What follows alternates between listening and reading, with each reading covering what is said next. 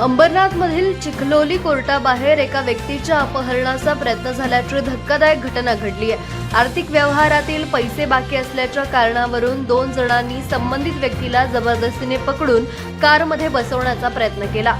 यावेळी अपहरणासाठी आलेल्या दोघांनी संबंधित व्यक्तीला मारहाणही केली।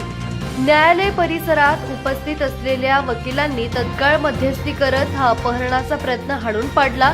मात्र मध्यस्थी करणाऱ्या एका व्यक्तीलाही मारहाण करण्यात आली। या संपूर्ण घटनेचा व्हिडिओ समोर आलाय। कोर्टाच्या आवारातच पोलीस चौकी असून ही घटना घडली त्यावेळी पोलीस उपस्थित होते, मात्र त्यांनी कोणतीही मध्यस्थी केली नाही असा आरोप वकिलांकडून करण्यात आलाय।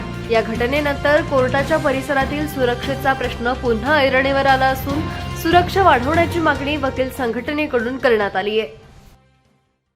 12 वाजता मी लायब्ररीमध्ये आमच्या कोर्टाच्या काम करत असताना मला अचानक आवाज आला, वाचवा वाचवा म्हणून। त्यानंतर मी खाली आलो आणि बघितलं तर एक 2 इसम एका व्यक्तीला जबरदस्तीने गाडीमध्ये टाकत होते।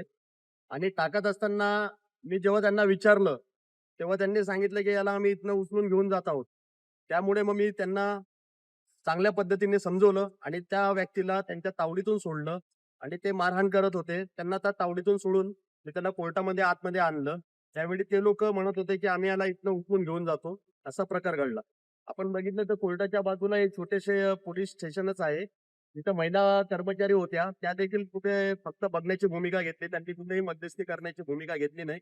इतरही बरेचसे असे लोक होते की ते फक्त गंमत बघत होते, परंतु कोणी त्याला वाचवण्यासाठी पुढे आलेलं नव्हतं। कोर्टाच्या आवारात असा प्रकार घडत असेल तर पोलिसांनी मध्यस्थी केली पाहिजे होती आणि त्यांचा डाव हाणून पाडला पाहिजे होता, परंतु तसं न करता फक्त बघण्याची भूमिका त्यांनी त्या ठिकाणी घेतली। यापुढे नक्कीच आम्ही आमच्या एएस ला पत्र देऊ, तसेच सीपींनाही पत्र देऊ की कोर्टाच्या सुरक्षेत वाढ करण्यात यावी, कारण जेणेकरून असे प्रकार इथं घडता नाही पाहिजे म्हणून।